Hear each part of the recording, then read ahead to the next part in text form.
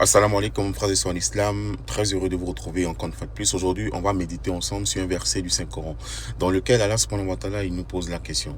Il dit, oh les croyants, pourquoi ne vous portez-vous pas secours mutuellement? Pourquoi? Mes frères et sœurs en islam, le prophète Isa alayhi wa sallam, il dit, tous les musulmans et musulmanes sont des frères. D'accord? Lorsque un musulman a un problème, c'est le problème de tous les musulmans.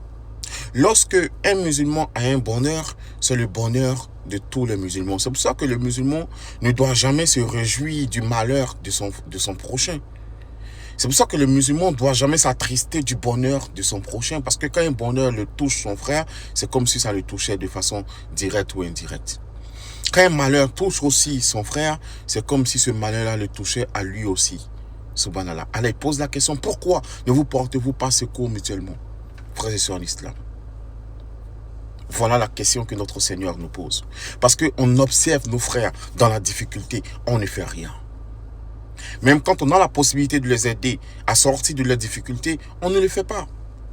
Et Allah subhanahu wa ta'ala dit, dans le Coran, il dit, entraidez-vous dans l'accomplissement des bonnes œuvres. Ne vous entraidez pas dans le péché et la transgression.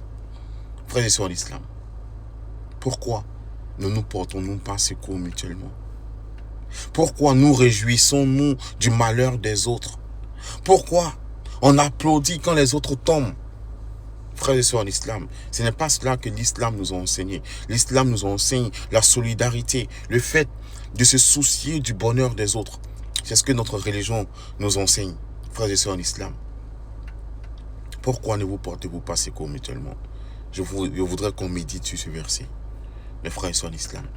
Tant que on va penser aux autres, Allah va penser à nous. Et Allah subhanahu wa ta'ala dit, portez-moi secours et je vous porterai secours et je raffermirai vos pas.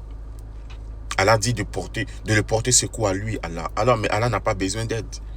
Quand Allah dit de lui porter secours, c'est de porter assistance aux faibles, aux démunis, aux veuves, aux orphelins, aux personnes vulnérables et de faire triompher sa cause.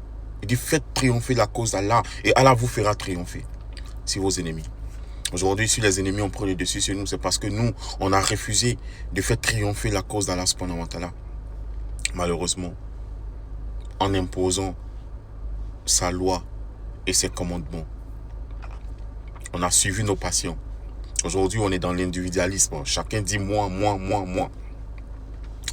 Il faut savoir que ce qui a égaré Shaitan, ce qui a causé la perte de Shaitan, ce n'est pas parce que Shaitan a refusé d'adorer Allah. Non.